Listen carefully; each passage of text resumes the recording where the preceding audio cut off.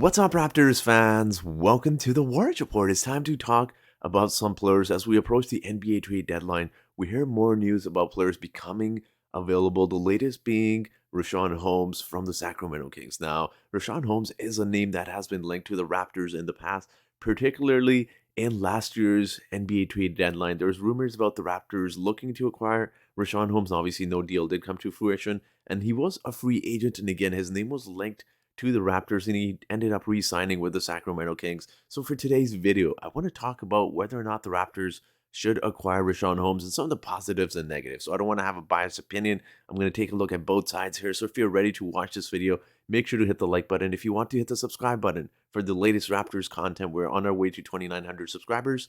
That'd be very much appreciated. So with that being said, let's get into today's video. Now, as you guys know, I do like to give out shout outs on my channel. So for today's video, the shout out goes out to the legend, John Chaklick, who's always getting those trivia questions correct. So John, thank you so much for supporting this channel, to your likes and comments. Now let's jump into talking about Richaun Holmes. Now, when we talk about Richaun Holmes and some of the positives and maybe why the Raptors do look to acquire him, is the fact that he is making a very reasonable $10.3 million this season. And even when you take a look at some of the next few seasons of where he is money-wise in his contract, that is a very reasonable contract for someone like Richaun Holmes, who's only making 11 and 12 million. So if the Raptors do look to acquire him, it's not that he's going to be digging into the salary cap situation. He's someone who's making a very reasonable amount of money, and you're going to have him for a decent amount of time. You're not trading for an expiring contract. You're not trading for someone whose contract comes off after next season. So the Raptors, if they do acquire him, he will be locked into our roster for a while. And then when you take a look at his statistics, for someone who's making $10 million, which is a few more than Chris Boucher, he's providing a lot of scoring. He's providing a decent amount of scoring for someone who's only playing 25 minutes a game. So obviously the Kings are focusing on some of the younger guys, so they're not playing him as much and looking for him as much on the offensive side.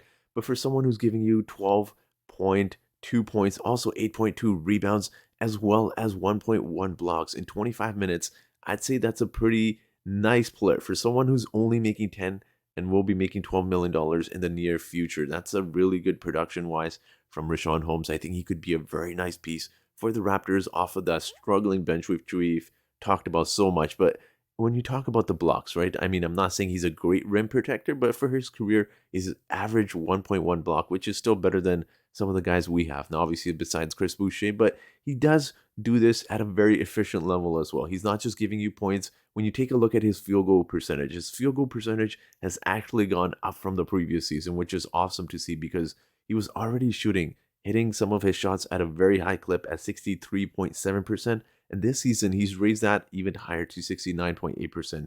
And then you take a look at his free throws as well. I think it would be amazing for the Raptors to have a bench piece and a big man who can hit his free throws at a really decent clip as well. 78.8 isn't too shabby as well. Now, when we talk about someone like a Richaun Holmes and what the Raptors would potentially have to give up, I mean, he's making $10 million. So reasonably, you would have to probably include someone like a Chris Boucher, who's making $7 million. You'd probably have to throw in one more player. Obviously, I don't think the Kings would necessarily, a young rebuilding Kings team wouldn't necessarily just take someone like a Chris Boucher. You have to entice them with an offer. So I'm thinking somewhere in the round of Malachi Flynn and something like a second round pick. But then you do have to question whether or not other teams can give them more, right? So some of the positives we've talked about Richaun Holmes. Now let's talk about some of the negatives. I think the only thing with Richaun Holmes, if you do acquire him, he's pretty much like a Precious Achiuwa. Obviously, he does things at a much better rate, though. He gives you more points.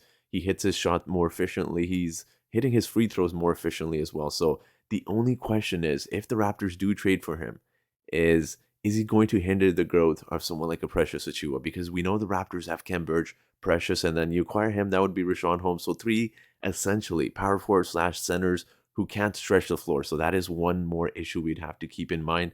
Again, not to pinpoint on the negatives, but we do have to talk about some of the things that Richaun Holmes wouldn't do for the Raptors. Another thing to keep in mind, although he would be actually the tallest player on the Raptors roster at 6'10", 200, I believe 36 pounds. He's still not a legitimate 7-foot center, right? So when we face bigger guys during the season in the playoffs, if the Raptors do need a bigger body to guard someone like a Joel Embiid, it's just not happening. We're going to get absolutely slaughtered in the paint because we don't have a traditional man but even a bigger size, like in just in terms of having a little bit more weight. He's not even 240 pounds, right? So Richaun Holmes, that's the only issue. And again, when you touch upon Precious Achiuwa, we do need to keep in mind Masai Ujiri really does like Precious Achiuwa. So you acquire Richaun Holmes. How are the minutes going to be rotated between Richaun, Precious, and Kem? Now we know obviously Kem has been on and off with his injuries. And if I'm the Raptors, I don't know if this is a hot take. I may even think about trading Cam Birch in a trade, right? So we'll wait and see. I think there's a lot of more packages that other teams could probably give the Sacramento Kings that'd be a lot more attractive than a Boucher second and a Flynn. Even if you throw in Cam Birch instead of Boucher, I think it's you really have to ask yourself, so why would the Sacramento Kings want a struggling young player like Malachi Flynn? They're already loaded at the point guard position. They have Tyrese, they have De'Aaron Fox, they have Davion Mitchell. They also have Terrence Davis at the shooting guard position. So how are they going to find for minutes for a struggling young guy like Malachi Flynn? And also a second round pick is great, but I just think there's more better offers that the Sacramento Kings can potentially get back for someone like a Richaun Holmes. But I touched upon some of the positives. Personally, I love his contract. I didn't realize he was only making 10 million. I thought he was making a lot more. But in terms of bench production, you're not going to find guys around the league that can give you that kind of production. 12 and 8, a block a game at $10 million. That's really good production for the amount of salary he's making. I say if I'm the Raptors, I'd go for it. But obviously, there are some question marks as to how some of the minutes would be distributed, how it affects some of the other guys in the rotation. So those are some of the questions I would have if the Raptors are looking to acquire Richaun Holmes. But also because he was a free agent, so you really have to think Masai Ujiri wouldn't necessarily pass on a player like Richaun Holmes. Whether Richaun Holmes actually wanted to come to the Raptors, that is a different question. But personally, I don't know if Masai Ujiri would trade for a player he could have just signed in free agency several months ago. So those are just some of the questions I would have if whether or not the Raptors or our management would actually go for someone like Richaun Holmes. But I think he would be an amazing piece. If the Raptors are able to get him for cheap without giving up too much, I'd honestly go for it. I think he would be an awesome player. He fits in with our style of play, right? Like much like Precious, we talked about, he runs very well. He can really play that transition game the Raptors love. And I just think he's a mobile big who can defend in multiple positions. So I think he's a bigger body. He's a bigger Precious Achiuwa who gives you more efficient scoring. He can score better. He can block shots more, and he can shoot free throws a lot better. Plus, he's on a really team-friendly contract. And even if you know what, if it doesn't work down the road in 2 seasons, I still think you could potentially, again, I know it's weird talking about acquiring a player and trading him in the future, but if it doesn't work out in the future, I think you could easily flip someone like a Richaun Holmes in a trade. He wouldn't be very hard to trade, and you can just include his salary for a better player. So again, those are some of the highlights of I see of why or why not the Raptors should acquire Richaun Holmes. But I do want to hear from you guys. Do you think the Raptors should look to acquire Richaun Holmes for some of the reasons I have listed? And what are your thoughts on this video? Let me know your thoughts below. And I do have a trivia question for you guys today. And for today's trivia question is, which of these players has not been on the All-NBA second team? Is it A, Pascal Siakam?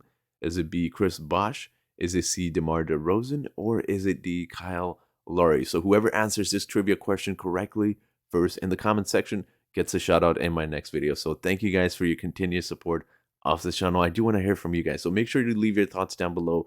And as always, guys, I do appreciate you watching this video. So thank you so much for watching. And I hope you guys have yourselves a great day.